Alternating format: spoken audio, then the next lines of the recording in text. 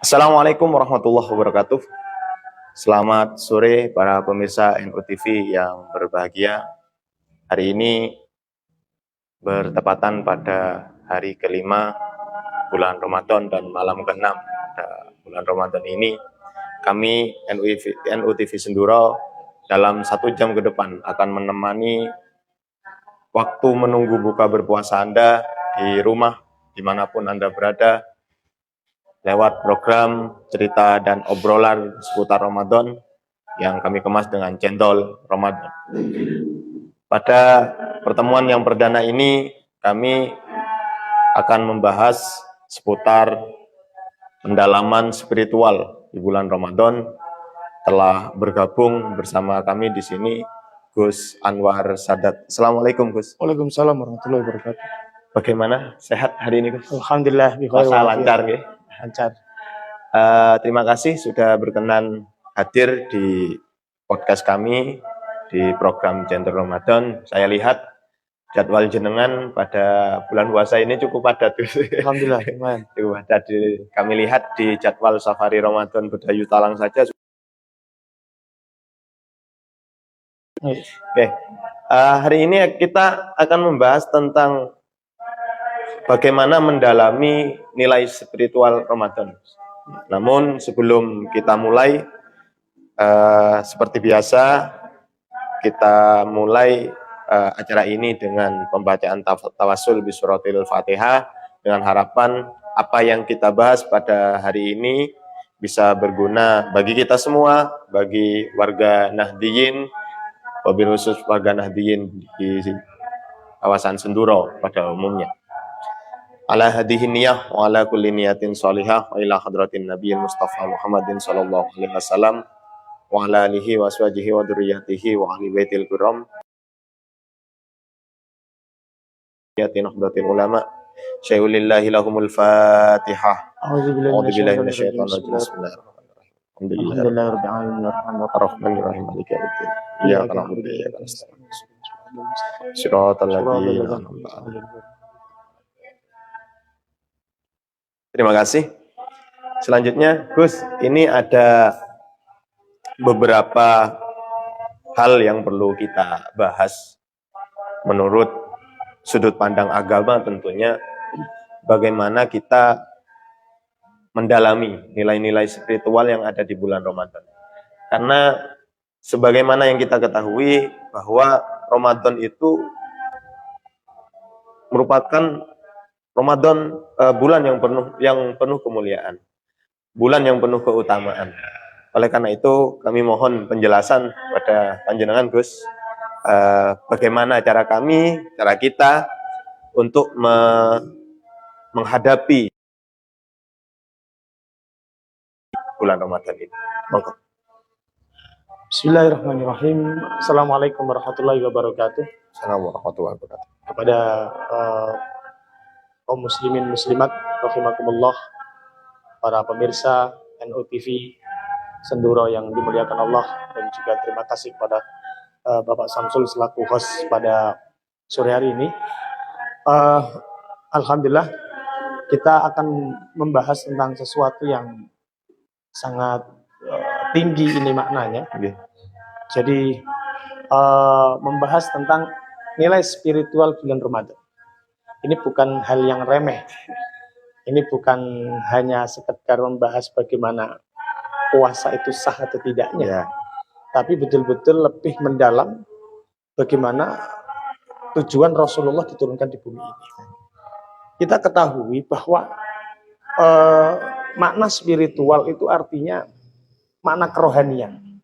Jadi kalau diartikan spiritual Ramadan, berarti kita akan membahas tentang bagaimana Ramadan ini bisa membentuk rohani yang sehat bagi orang yang menjalankan ibadah-ibadah yang ada di bulan Ramadan ini. Dari sini kita dapat pahami bahwa ini judul sesuai dengan perintah Allah kepada Rasulullah, bahwasanya Rasulullah akan akhlak. Jadi innama bu'itsu liutammima makarimal akhlak. Saya diutus hanyalah untuk menyempurnakan akhlak. Nah, akhlak itu adalah bentuk kebaikan yang terlaksana dohir batin. Ini. Jadi bukan hanya dohirnya, Ya. tapi ada dohir batin. Batin. Ini yang patut kita dasari di dalam membahas tentang spiritual. Sebenarnya tidak hanya permasalahan Ramadan saja, tapi semua permasalahan pasti ini kuncinya. Jadi sehingga Imam Ghazali mengatakan ciri-cirinya puasa diterima, itu ciri-cirinya haji diterima, itu adalah setelah melaksanakan puasa atau melaksanakan haji, maka orang itu tambah bagus akhlaknya. Bertambah baik ya. Tambah baik. Itu ciri-ciri kan. Jadi kalau berarti orang itu akhlaknya tidak tambah baik, berarti ada yang janggal di dalam proses pendalaman rohani melalui puasa atau yang lain. Kemudian kita akan memahami apa itu akhlak. Di dalam hadis Rasulullah disebutkan di dalam hadis Arba'in Nawawi, hadis nomor 2, membahas tentang bagaimana Rasulullah ditanyai oleh malaikat Jibril yang menyerupai manusia tentang pertanyaan mal Islam, wa mal iman, dan yang terakhir adalah wa mal ihsan. Disebutkan di dalam kitab Syarah Hadis Jibril karangannya Syekh Ibrahim Smith, Habib Zain Ibrahim Smith, bahwa pertanyaan al-ihsan ini merupakan pertanyaan bagaimana yang dimaksud dengan akhlak. Gitu. Nah, ini. Jadi kalau kita membahas akhlak, maka kita harus tahu maknanya al-ihsan. Apa al-ihsan itu? Al-ihsan ini secara bahasa artinya adalah berbuat baik, memberikan kebaikan kepada yang lain secara bahasa. Namun secara syar'i kata Rasulullah, al-ihsanu huwa an ta'budallah ka'annaka tarahu fa illam takun tarahu fa innahu yarak. Jadi berbuat baik adalah kamu itu melakukan ibadah kepada Allah. Apa ibadah itu? Ibadah itu adalah melakukan segala sesuatu yang diizini Allah dengan meyakini bahwa ini yang merintahkan Tuhan, itu namanya ibadah. Sehingga kalau sudah disebutkan nilai ibadah yang seperti ini, maka di dalam semua yang kita lakukan, asalkan itu sesuai syariat dan kita ingat bahwa ini perintah Allah, baik itu berupa kemudian jual beli atau berupa nafkah, apa mencari nafkah, ataupun kita berjuang untuk sosial, itu juga namanya ibadah. Nah, semuanya itu akan bernilai anta budallah qayyidnya ka'annaka tarahu. Kamu seakan-akan melihat Allah. Ini. Nah, namun kenyataannya di dalam menjalani proses ibadah yang seperti ini, kalau kita itu suruh melihat Allah kan tidak bisa. Ya. Ya. Makanya kalau kamu dalam kenyataannya memang tidak bisa melihat Allah, karena memang Allah itu tidak bisa lihat dengan mata di dunia ini, ya, karena Allah itu mukhalafatul hawadis, ya, fa innahu yarak, maka yakinlah kalau Allah itu akan melihat. Ya. Nah, ini yang harus kita garis bawahi kalau kita akan membahas tentang spiritual di bulan Ramadan, bahwa apa yang kita lakukan di bulan Ramadan ini harus didasari apa? Selalu merasa diawasi oleh Allah Subhanahu wa taala. Ya. Sehingga di dalam hadis Rasulullah, Pak Samsul, itu ada hadis yang betul-betul bahwa Ramadan itu adalah kegiatan spiritual. Hadis yang sangat masyhur. Idza jaa Ramadan, ketika Ramadan datang, kata Rasulullah, futihat abwabul jannah wa ughliqat abwabun nar wa sulsilat asyayatin. Wa fi riwayatin wa suffitat asyayatin. Ketika bulan Ramadan datang, pintu-pintu surga dibuka, pintu-pintu neraka ditutup, dan setan-setan semuanya dibelenggu. Hadis ini bukan hanya sekedar informasi biasa bahwa di Ramadan itu ladang pahala. Iyalah, itu pemahaman seperti itu benar. Ya. Namun perlu didalami kalau kita mau mendalami spiritual. Apa maksudnya? Ketika sudah dikatakan idza jaa Ramadan futihat abwabul jannah, pintu surga dibuka, berarti ketika bulan Ramadan seseorang itu sangat memungkinkan untuk bisa masuk surga dengan gampang. Namun yang perlu diingat, gimana syaratnya masuk surga? Syaratnya masuk surga adalah qalbun salim. Qalbun salim apa? Hati yang sehat. Ya, hati yang akan selalu sambung dengan Tuhannya. Ya. Ini syarat pertama. Berarti kalau seseorang itu di dalam bulan Ramadan melaksanakan puasa, melaksanakan tarawih, kemudian penuh dengan rasa ihsan tadi itu, merasa diawasi oleh Allah, maka dia akan futihat abwaabul jannah. Itu kuncinya ya. Kuncinya di situ. Berarti dalam bulan puasa ini secara tidak langsung itu merupakan sebuah pembelajaran untuk kita menjadi orang yang ihsan, ya guys. Iya. Karena sebagaimana kita ketahui, puasa ibadah itu, ibadah puasa mungkin Gus, yang tahu dan yang tahu hanya kita yang puasa. Karena keluarga kita pun kita puasa atau tidak kadang tidak tahu Gus. Iya. Iya. Karena perlu ibadah yang benar-benar merasa dilihat oleh Allah mungkin. Bagi kami, bagi saya mungkin salah satunya adalah ibadah puasa, mungkin seperti itu. Makanya lanjutannya ayat itu, lanjutannya hadis tadi adalah wa ughliqat abwaabun nar, pintu surga itu ditutup. Nah, pintu neraka itu ditutup. Pintu neraka ditutup itu jika seseorang tidak melakukan kemaksiatan. Dengan arti apa? Di dalam ilmu tasawuf, kajian tasawuf, ini kajian tasawuf perlu diingat, karena bagaimana saya tadi katakan, kalau sudah bahas spiritual, maka larinya kepada akhlak. Akhlak itu nama lainnya adalah tasawuf. Nah, di dalam kajian tasawuf ada 3 rumus kalau kita mau mendalami tasawuf. Saya punya kitab Haqaiqut Tasawuf. Kitab itu sangat bagus sekali membahas tentang tasawuf. Ada 3 rumus. Apa rumusnya? Pertama adalah takhalli. Kedua adalah tahalli. Ketiga adalah tajalli. Apa takhalli itu? Takhalli itu adalah usaha seseorang untuk mengosongkan dirinya dari perbuatan-perbuatan yang tidak manfaat. Mengosongkan dirinya dari sesuatu yang membuat dia rusak. Kalau diri seseorang itu sudah kosong, maka isilah dengan perbuatan yang baik. Apa maksudnya? Tahalli. Tahalli artinya adalah menghias diri. Menghias diri dengan apa? Dengan perbuatan-perbuatan yang baik. Kalau seseorang ini sudah sukses di dalam proses tahalli, kita menghindari kemaksiatan, kita menghindari hal-hal yang kurang bermanfaat, kemudian kita isi dengan hal-hal yang bermanfaat, dengan sholat, dengan yang lain, maka akan nanti masuk pada yang ketiga adalah kenapa? Karena dosa itulah yang membuat hati tidak sehat, yang akan menghalangi dia masuk surga. Gitu kan? Iya. Tapi syarat sahabat. Jadi puasa itu betul-betul harus di dalam hati kita semuanya ini ada rasa saya ini melaksanakan perintah Tuhan. Saya percaya ini perintah Tuhan. Gitu. Wahtisaban, dan dengan ini saya berharap ya saya bisa meraih anugerah Tuhan. Saya bisa mencari pahala, saya bisa ada di surga. Ini syaratnya. Ini maksud saya yang perlu kita juga sampaikan kepada masyarakat, khususnya pemirsa di sore hari ini, ya, supaya nilai puasa kita itu meningkat. Jadi puasa bukan hanya sekedar menahan lapar, menahan haus, tapi betul-betul kita akan meningkat kepada puasa yang berdampak positif kepada kerohanian kita. Dengan cara apa? Hati kita siapkan. Kalau kita mau puasa, dan kita akan mengharapkan pahala dari Tuhan.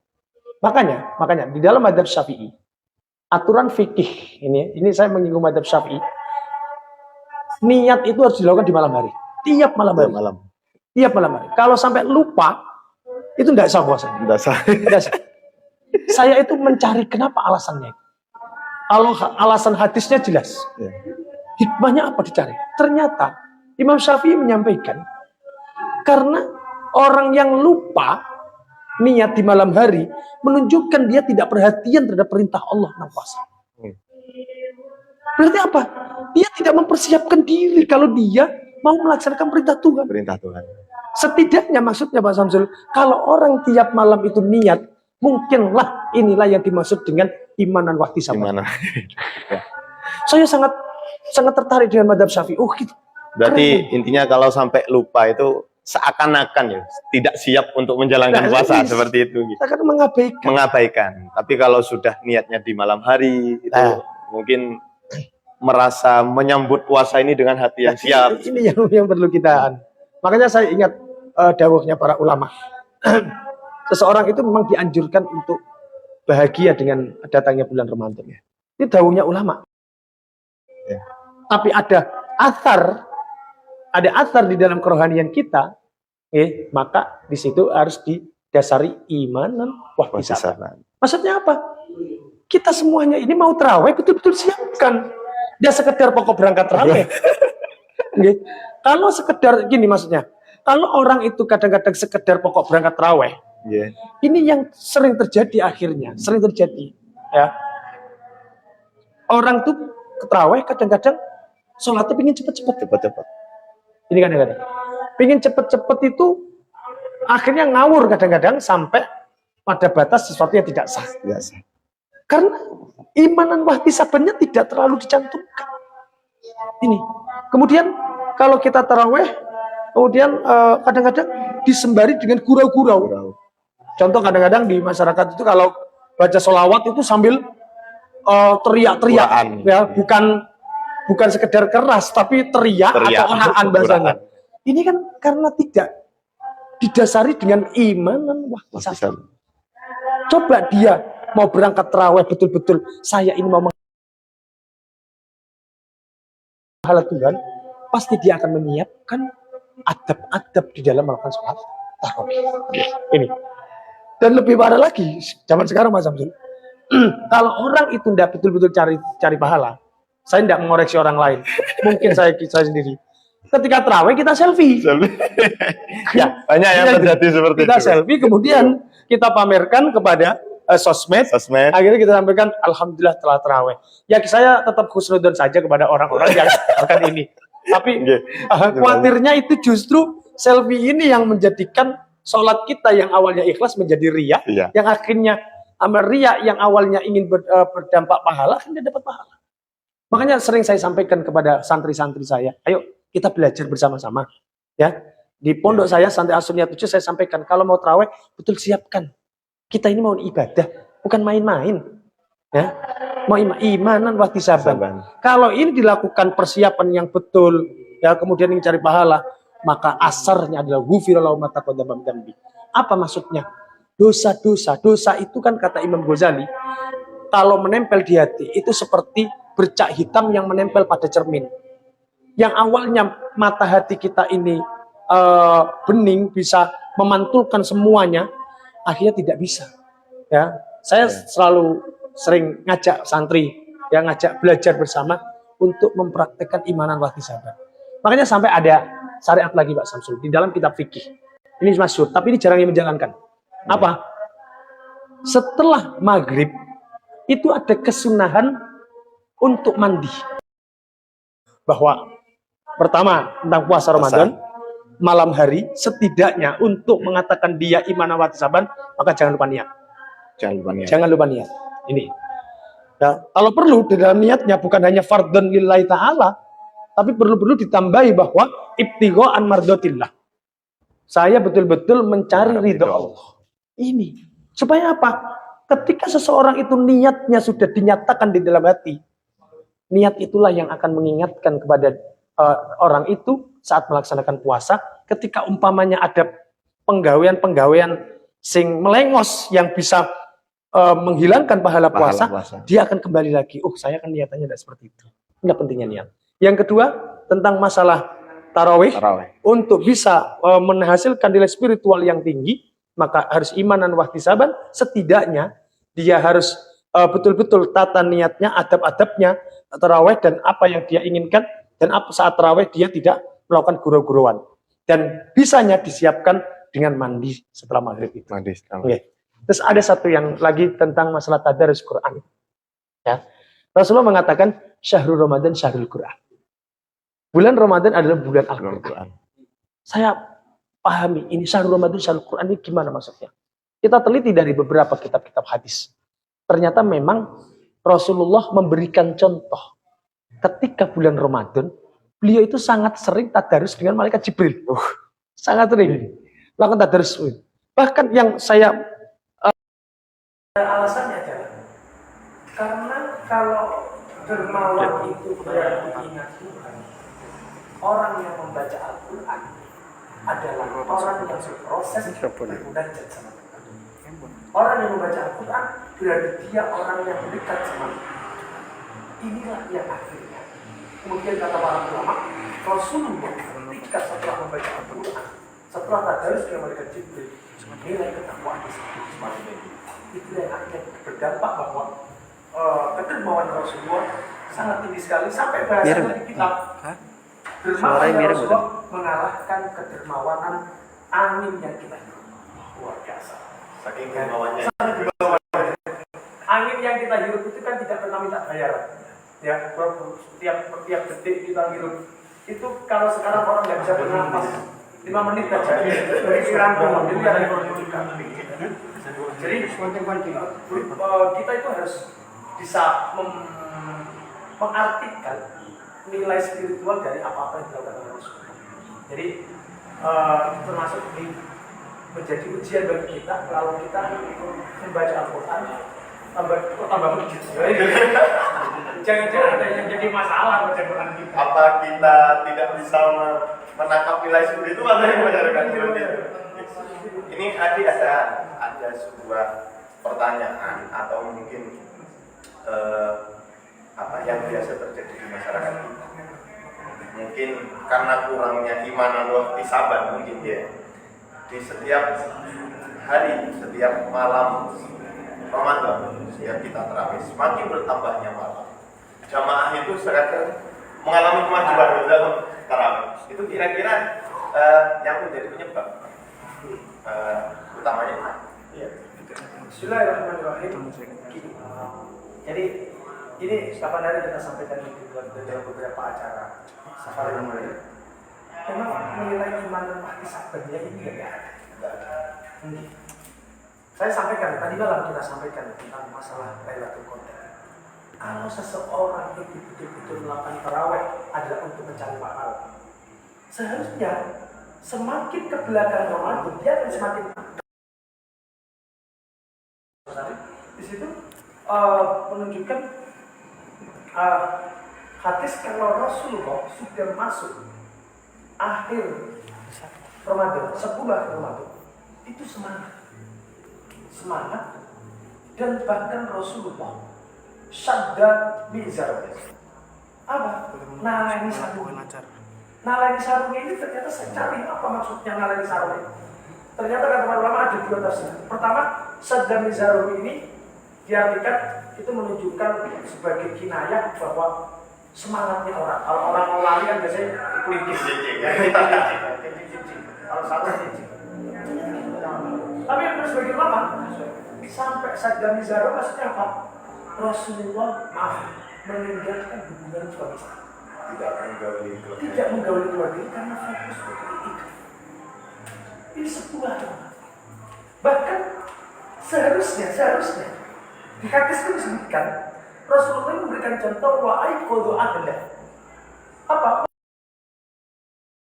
Ini wafatnya namun kata kita itu kan jauh umurnya dibanding umatnya Nabi Musa.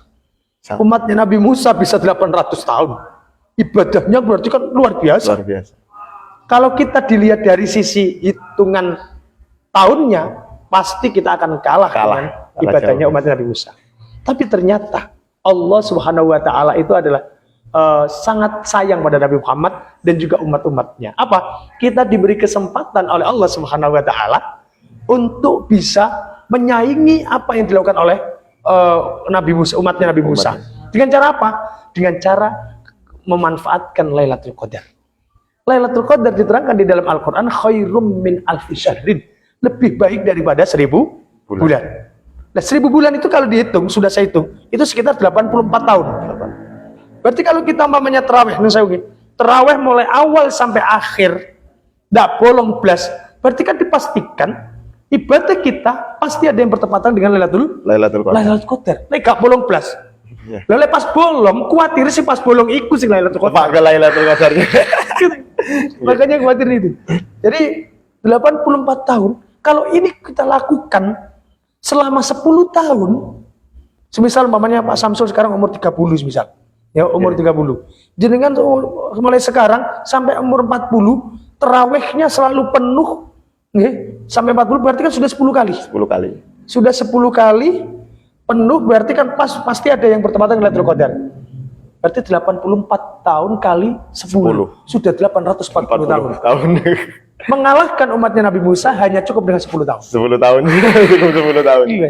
Ini nilai luar biasa. Jadi kalau kita itu mau mengangan-angan terhadap hadis-hadis yang disampaikan oleh Rasulullah, ya, otomatis kita memahaminya melalui apa yang disampaikan oleh para ulama, ya, maka kita akan merasa betapa berharganya orang ada di bulan Ramadan. Bulan Ramadan. Orang akan merasa kehilangan betul ketika Ramadan semakin akhir. Ya, kalau kita Ramadan semakin akhir semakin bahagia. Semakin bahagia. Kenapa? Merioyo. Karena sudah tidak ada perintah yang membebani. Tapi kalau para ulama, semakin Ramadan bahagia karena ada Lailatul Qadar, tapi susah karena akan ditinggalkan momen yang mengandung spiritual tinggi yang akan mengantarkan dia selamat di dunia dan akhirat. Ini yang menjadi berbeda. Jadi kalau kita sering dengarkan cerita-cerita, ya, saya pernah baca ceritanya. Ada sebuah cerita ulama, ketika di bulan Ramadan, beliau tidak mau baca Al-Quran di siang hari.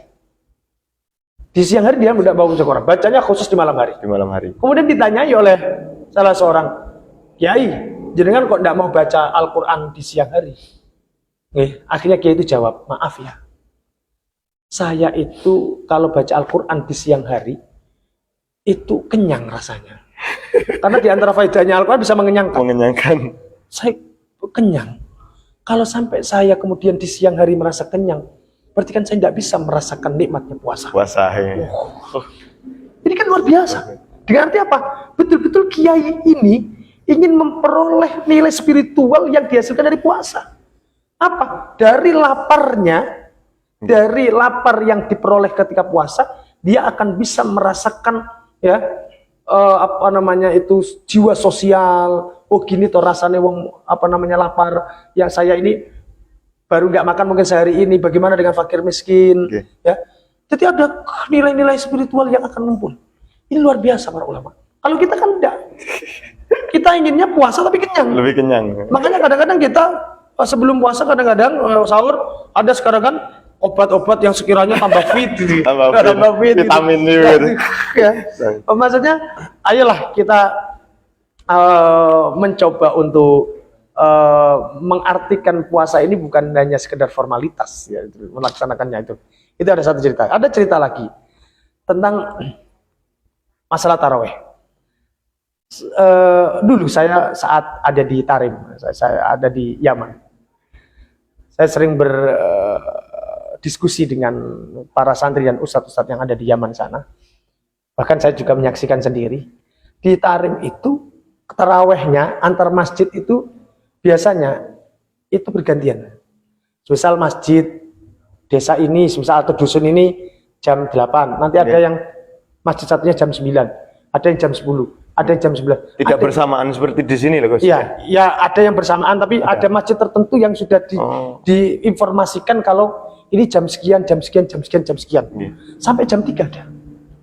Nah, apa tujuannya?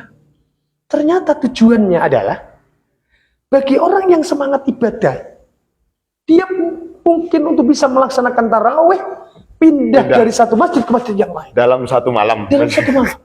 Kalau dia sampai 10 tempat, berarti kan 100 rakaat. 100 rakaat sudah. Nah, saya pahami, kenapa demikian? Ternyata yaitu, karena di masyarakat Tarim, betul-betul bisa merasakan nilai spiritual yang akan muncul ketika dia mendekatkan diri sama Allah melalui tarawih. Kalau kita kan enggak. Tarawih kok dijadikan beban. Sehingga ingin dan mari gitu. Ingin dan mari. Selesai, ya. Nah, itu jadi Ini yang menjadikan perbedaan kita.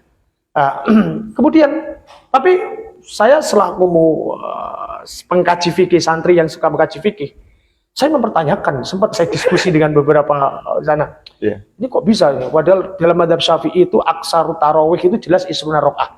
Ini kok bisa menjadi 100? Sampai 100. Oh iya. Saya sempat terjadi diskusi, ya. Akhirnya dalam diskusi itu saya mencari referensi-referensi yang ada, ya, referensi yang ada. Ternyata ulama itu memang berbeda pendapat tentang masalah hitungan ini. Dalam arti kalau 20 rakaat, ulama ini ijma ulama sepakat. Semuanya sepakat. Sepakat. Gitu. Kalau madzhabul arba'ah ini 20 rakaat sepakat. Untuk selebihnya ini yang menjadi pertanyaan. Ada yang mengatakan untuk ahlul Madinah boleh ditambah menjadi 36 rakaat. Ya. Bahkan ada pendapat yang keren. Pendapatnya siapa? Pendapatnya Ibnu Taimiyah. Saya temukan pendapat Ibnu Taimiyah mengatakan bahwa tarawih tidak ada batasnya. Tidak ada batasnya. Tidak ada batasnya. Bahkan dia mengatakan kalau ada orang membatasi tarawih dengan demikian, berarti dia melakukan kebid'ahan. Maksud saya apa? Zaman sekarang kan banyak, maaf, orang yang menisbatkan dirinya kepada Ibnu Taimiyah mengatakan bahwa tarawih yang 20 rakaat katanya bid'ah. Loh, cobalah lihat guru kamu ini siapa? Ibnu Taimiyah tidak membatasi. Itu disebutkan di dalam kitab Mawsu'ah Fiqhiyah Al-Kuwaitiyah. Jelas. Terus kita selaku madzhab Syafi'i gimana? Ternyata setelah saya teliti, saya betul-betul cari masalah ini. Ya, karena di Tarim itu kan orangnya madzhab Syafi'i. Ya. Akhirnya saya temukan di kitab Al-Qalaidul Kharaid. Qalaidul Kharaid. Kenapa orang Tarim kok melaksanakan tarawih sampai pindah-pindah? Ternyata ada keterangan bahwa sholat sunnah yang disunnahkan untuk berjamaah itu sunnah untuk diulangi. Jadi kan sholat tarawih sunnah untuk berjamaah, sunnah untuk diulangi. Dan berapa ngulanginya ternyata tidak ada batasan. Mungkin bisa sampai 100 tadi. Masya Allah. Jadi hebat sekali di Tarim itu. Ini satu cerita lagi. Ya tentang tarawih. Terus ada cerita lagi tentang masalah membaca Al-Quran. Disebutkan di dalam kitab Al-Manhajus Sawi karangannya Habib Zaid Ibrahim Semit. Di situ Imam Abu Hanifah kalau sudah bulan Ramadan ini bisa hatam Quran dengan karomahnya 6.000 kali. Dengan karomahnya 6.000 kali. Ya sudah kebayang. Sudah kebayang. Tapi kan sudah menunjukkan kehebatan kesemangatan beliau. Imam Syafi'i itu kalau siang hatam 60, kalau malam hatam 60. Ini yang di luar sholat. Kalau setiap sholat Imam Syafi'i setiap rakaat hatam Quran. Hatam Quran. Ya. Walaupun tanda kutip dengan karomahnya. Dengan karomahnya. Ya, yang semikian ini jangan disikapi seperti orang awam. Kalau orang awam mana mungkin hatam Quran mana mungkin. Itu kan gagal paham. Jadi salafun sholih, ya para ulama, para kiai telah banyak memberikan contoh kepada kita bahwa memanfaatkan Ramadan bukan hanya sebagai formalitas fikih, bukan hanya sekedar untuk kita lepas dari kewajiban, bukan hanya sekedar untuk bisa kita dilakukan telah melaksanakan kesunahan, tapi pertanyaannya apakah ini bisa NOTV.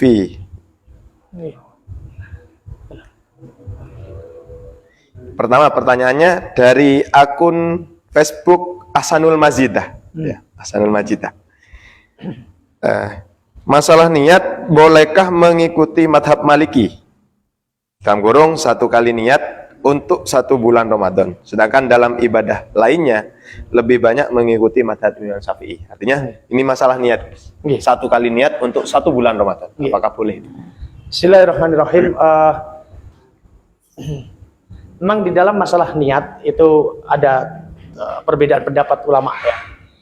Di dalam madhab Syafi'i, ini saya terangkan, ini penting sekali. Di dalam madhab Syafi'i, niat itu harus dilakukan di malam hari. Ini yang sering kita sosialisasikan kepada warga Nahdiyin, karena Indonesia ini kan Nahdiyin dalam fikihnya ala madhab Syafi'i. Jadi niat itu harus di malam hari.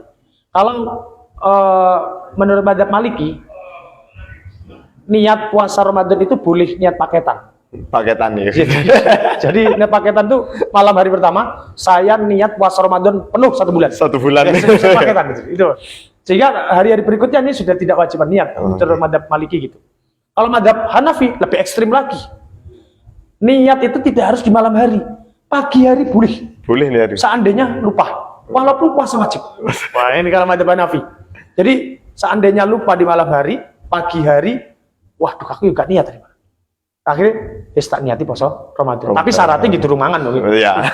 Gitu rumangan. Itu pulih madzhab Hanafi. Nah, maksud saya kalau kita mau mengupas untuk lintas madhab, maka inilah di antara varian tentang pendapat masalah niat puasa di bulan Ramadan. Lah, kalau kemudian ditanyakan kita yang bermadhab Syafi'i, apakah boleh mengikuti madhab Maliki? Ya, mengikuti tentang tata cara niat yang paketan tadi. Ya. Disebutkan di dalam beberapa kitab madhab Syafi'i, di dalam kitab Tausaih dan dalam kitab-kitab yang lain, memang disunahkan bagi orang madhab Syafi'i ketika atau dianjurkan ya ketika awal malam Ramadan untuk niat 1 bulan penuh. 1 bulan penuh. 1 bulan penuh. Nah, tujuannya apa? Seandainya nanti di malam-malam berikutnya dia tidak melakukan niat, lupa dia boleh berniat untuk mengikuti madhab Malik atas dasar niat yang telah dilakukan. Gitu. Namun yang perlu jadikan perhatian, kalau aturan secara idealnya orang pindah madhab, maka dia harus tahu tata cara berpuasa madhab yang dia pindahi. Secara idealnya gitu. Jadi kalau seseorang mau pindah madhab Malik, ya dia harus pelajari kira-kira puasa menurut madhab Malik. Cara berpuasa menurut Imam Malik. Khawatir saya ada sesuatu yang membatalkan menurut Imam Malik, tapi menurut madhab Syafi'i tidak membatalkan. Sehingga maksudnya dia melakukan hal itu dianggap tidak batal karena versi Imam Syafi'i. Padahal menurut Malik batal. Ini idealnya untuk pindah madhab, maka juga harus pindah di dalam urusan-urusan yang berkaitan dengan masalah puasa tersebut. Walaupun di dalam beberapa kitab usul fikih diterangkan untuk menyikapi orang-orang awam, al-amila madhabalah. Orang awam itu tidak memiliki madhab. Dengan arti apa maksudnya? Maksudnya adalah selama itu masih ada yang membenarkan, walaupun ada sedikit campur aduk, bahasa fikihnya adalah talfek, ya, mencampur aduk madhab, ini sudah ada yang membolehkan. Nah ini, sehingga anjuran saya, ya, dalam rangka idealnya, siapapun yang ingin mengikuti madhab Maliki di dalam masalah niat ini, maka juga pelajari aturan-aturan puasa madhab Syafi'i. Ya. Kalau kalau ingin pindah madhab Maliki, maka harus juga pelajari aturan-aturan puasa menurut madhab Maliki. Tapi kalau seandainya orang awam yang tidak mengerti madhab, ya sudah, pokoknya ada yang membenarkan, kita sudah okekan aja. Ini solusi maksudnya. Itu dengan catatan perlu digarisbawahi, itu hanya untuk orang awam. Ya masuk mengurus ranting kali gitu Anda enak juga ini ya. Jadi inilah yang harus kita mengerti tentang masalah niat puasa. Terus yang perlu saya sampaikan lagi tentang masalah niat puasa. Niat puasa yang diajarkan di masyarakat seperti yang saat taraweh itu adalah niat puasa yang idealis. Nawaitu somagodin anada ifati syahri ramadhani di sanati fardholillahi ta'ala. Itu adalah niat yang sempurna. Ya. Jadi kalau niat yang sederhana sebenarnya hanya cukup dengan nawaitu soma Ramadan. Saya puasa Ramadan cukup. Ya. Saya puasa Ramadan cukup. Dengan arti saya menampilkan yang demikian untuk mempermudah bagi orang yang mungkin mau menghafalkan nawaitu sama godin sampai akhir itu kan angel. Nah, itu cukup nawaitu soma Ramadan. Dan perlu dimengerti lagi bahwa niat itu tidak harus bahasa Arab. Niat bahasa Jawa. Yang penting apa? Niat itu adalah qasdul qalbi, kesengajaan hati. Nah, bahasa hati itu tidak ada bahasa Arab, bahasa apa. Yang penting kita sampaikan aja kalau saya siap untuk melakukan puasa Ramadan besok. Ini masalah niat. Terus lagi tentang masalah lafadz yang ingin saya sampaikan. Nah, di musola-musola yang sering ini, kalau niat nawaitu soma godin an adai fardhi syahri Ramadana hadis sanati. Ramadana hadis sanati. Ini ya, secara nahwu shorof ini kurang tepat. Secara ilmu nahwu kurang tepat. Ya, diterangkan di dalam kitab Hasyatul Bajuri karangan Ibrahim Al-Bajuri ala Fathil Qorib, bahwa itu yang tepat adalah dibaca Ramadhani hadis sanati. Nah, kalau ada orang yang tanya, loh Ustadz itu kan Ramadhana kan isim ghair munsharif. Ilatnya itu kan alamiah dan ziyadah alif nun. Kenapa kok tidak dibaca Ramadana? Jawabannya adalah karena Ramadana lafaz Ramadan di situ diidhofahkan kepada lafaz hadhihi. Nah, sehingga di dalam aturan kitab nahwu ya, kalau wahfid bi fathin kullama lam yansorif malam yudaf au ya'ti badal surif. Jadi kalau seseorang mau mengejarkan sesuatu isim ghairi munsharif dengan fathah itu selama tidak kemasukan al dan juga selama tidak diidhofahkan. Dan karena kasus ini Ramadan itu diidhofahkan pada hadhihi. Buktinya apa kalau diidhofahkan? As-sanati bacanya. As-sanati jadi badal dari hadhihi. Namanya badal harus ikut mubdal minhu. Berarti kalau di sini sudah orang-orang bacanya sanati, berarti kan dia setuju kalau hadhihi jadi mudhof ilaih. Sehingga berarti baca jer. Nah, ini maksud saya ingin saya jelaskan supaya tidak terjadi perdebatan kusir yang ada di masyarakat itu. Jadi bacanya itu adalah Ramadhani hadis sanati. Terima kasih. Ini memang banyak Gus yang terkait niat. Kadang meskipun dibenarkan tetap kokoh dengan pembacaan Ramadanah itu di mana-mana, masih di daerah saya pun tetap seperti itu. Pada akhirnya ketika kita berniat, kadang kita berniat sendiri-sendiri ketika tarawih itu. Nah, kemudian ini juga ada pertanyaan kedua Gus dari akun Facebook Azhar Effendi dengan pertanyaan, bagaimana dengan puasanya orang yang pingsan namun bangunnya sebelum maghrib, belum memasuki waktu berbuka? Oh, enak ya. Pingsan bangunnya sebelum maghrib Gus. Ya, bismillahirrahmanirrahim. Memang ada beberapa penyebab batalnya puasa dan ada beberapa penyebab orang itu tidak kena kewajiban. Ya. Jadi di antara yang membatalkan puasa di antara adalah gila. Gila itu kalau orang gila walaulah detan walaupun sebentar itu batal. Nah, kalau pingsan itu bahasa Arabnya mughma alaih. Mughma alaih. Orang Jawa biasanya ngartikan wong ayan. Kalau bahasa Indonesia itu adalah orang pingsan. Itu kata para ulama, mughma alaih itu batal ketika memang itu penuh.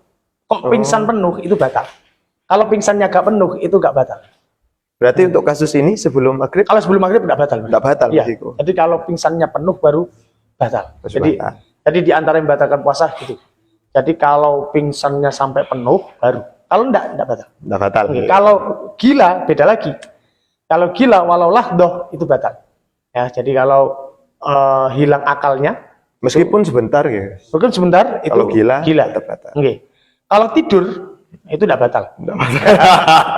Bahkan ada sebuah keterangan naumus shaim ibadah. Tidurnya orang puasa itu ibadah. Nah, ini repotnya ini dibuat alasan orang yang malas kerja. Ya. Jadi yang penting pokoknya saya itu tidur sudah dapat pahala, naumus shaim ibadah. Tapi pertanyaannya, apakah memang sah kalau umpamanya tidur seharian? Mungkin setelah sahur kewareken akhirnya tidur dan kebetulan keselamatan sampai berbuka. Sah apa enggak? Dijawab para ulama, sah hukumnya. Sah, iya. Sah.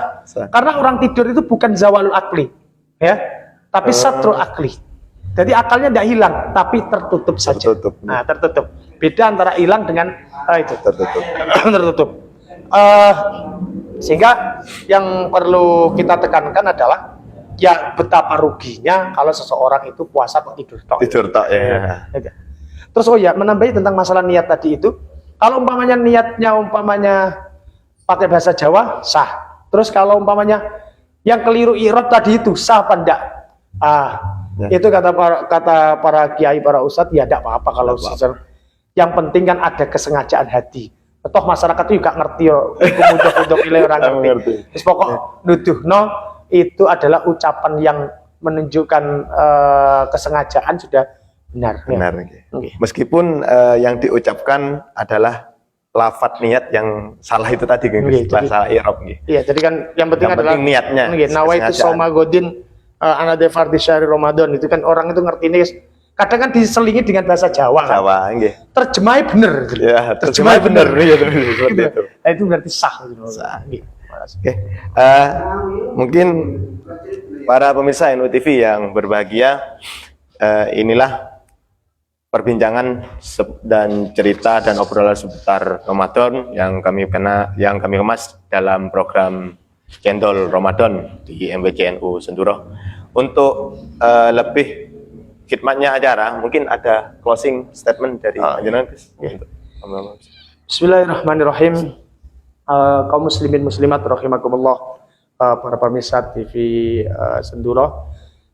Di sini saya selaku narasumber ingin mengajak kepada panjenengan semuanya untuk melaksanakan perintah Allah Subhanahu wa taala di bulan Ramadan ini dengan sebaik-baiknya. Dengan arti, marilah kita semuanya manfaatkan momen di bulan Ramadan ini untuk menyucikan diri kita, untuk bagaimana membangun rohani yang sehat. Dan perlu kita garis bawakan di dalam hati kita bahwa orang yang masuk surga adalah orang yang hatinya sehat, bukan orang yang jasmaninya sehat. Oleh karena itu, puasa yang kita lakukan, baca Quran yang kita lakukan, kemudian tarawih yang kita lakukan, betapa ruginya kalau hanya sekedar kita lakukan secara dohir saja, namun tidak berdampak kepada kesehatan rohani kita. Oleh karena itu, kaum muslimin muslimat, kita amalkan apa yang disampaikan oleh Rasulullah, imanan wahtisaban. Ibadah yang kita lakukan penuh dengan keimanan dan harapan mencari pahala atau kedudukan yang mulia di sisi Allah Subhanahu wa taala.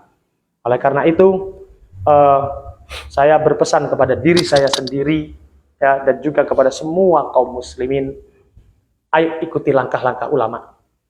Ikuti yang disampaikan oleh para ulama di dalam kitab-kitab fikih, di dalam kitab-kitab tasawuf ya. Berpuasa yang benar secara fikih dan juga berpuasa yang benar secara tasawuf, sehingga setidaknya kalau kita tidak menjadi ulama tapi menjadi orang yang bisa meniru ulama. Demikian dari kami, kurang lebihnya mohon maaf yang sebesar-besarnya. Wassalamualaikum warahmatullahi wabarakatuh. Terima kasih Gus Anwar Sadat telah menemani podcast kita pada sore hari ini. Mudah-mudahan apa yang disampaikan oleh beliau bisa bermanfaat untuk kita semua. Amin, Allahumma amin. Doa ya. Untuk lebih sempurnanya acara, mohon berkenan untuk doa. Bismillahirrahmanirrahim. Alhamdulillahirabbil alamin. Hamdan yuwafi ni'amahu wa yukafi mazidah. Amin. Ya Rabbana lakal hamdu kama yanbaghi li jalali wajhika wa li sultanik. Amin. Allahumma shalli ala sayyidina Muhammad wa ala sayyidina Muhammad. Allahumma ya Allah. Ij'al jam'an hadha jam'an marhuman wa tafarruqan ba'di tafarruqan masuman. Ya Allah, jadikanlah acara ini acara kumpulan kami, baik yang kumpul secara langsung ataupun kumpul melalui sosial media, perkumpulan yang barokah, perkumpulan yang penuh rahmat. Allahumma ya Allah, ij'al hadhil jam'iyah Nadatul Ulama fi Senduro jam'iyatan mubarakatan nafi'atan, jam'iyatan wasilatan wusulina ila jannatika ya rabbal alamin. Amin. Ya Allah, jenengan jadikan jam'iyah Nadatul Ulama khususnya yang ada di Senduro ini menjadi wasilah masyarakat Nahdiyin, menjadi wasilah masyarakat NU yang ada di Senduro ini. Amin. Bisa nyampe kepada surga panjenengan. Amin. Allahumma ya Allah, taqabbal siyamana wa taqabbal tarawihana, taqabbal witrana wa taqabbal jami' amalina sholihah fi hadzal syahr mubarak. Ya Allah, jenengan terima semua amal yang kita lakukan, baik berupa puasa, tarawih, witir, baca Al-Qur'an dan yang lain, sehingga kami menjadi hamba yang kau ridhoi, sehingga kami menjadi hamba yang bertakwa, yang takut akan semua perintahmu, sehingga kami bisa mendapatkan surgamu. Rabbana atina fid dunya hasanah wa fil akhirati hasanah wa qina adzabannar. Wa sallallahu ala sayyidina Muhammadin nabiyil ummi wa ala alihi wasallam. Subhana rabbika rabbil izzati amma yasifun wa salamun alal mursalin walhamdulillahi rabbil alamin. Taqabbal minna barakatil Fatihah. Alhamdulillahi minasyaitonir rajim. Bismillahirrahmanirrahim.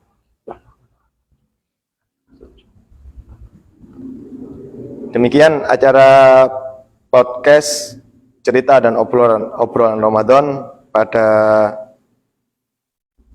sore hari ini, dan kami mohon maaf apabila terjadi gangguan sinyal dari HP para pemirsa NU TV sekalian.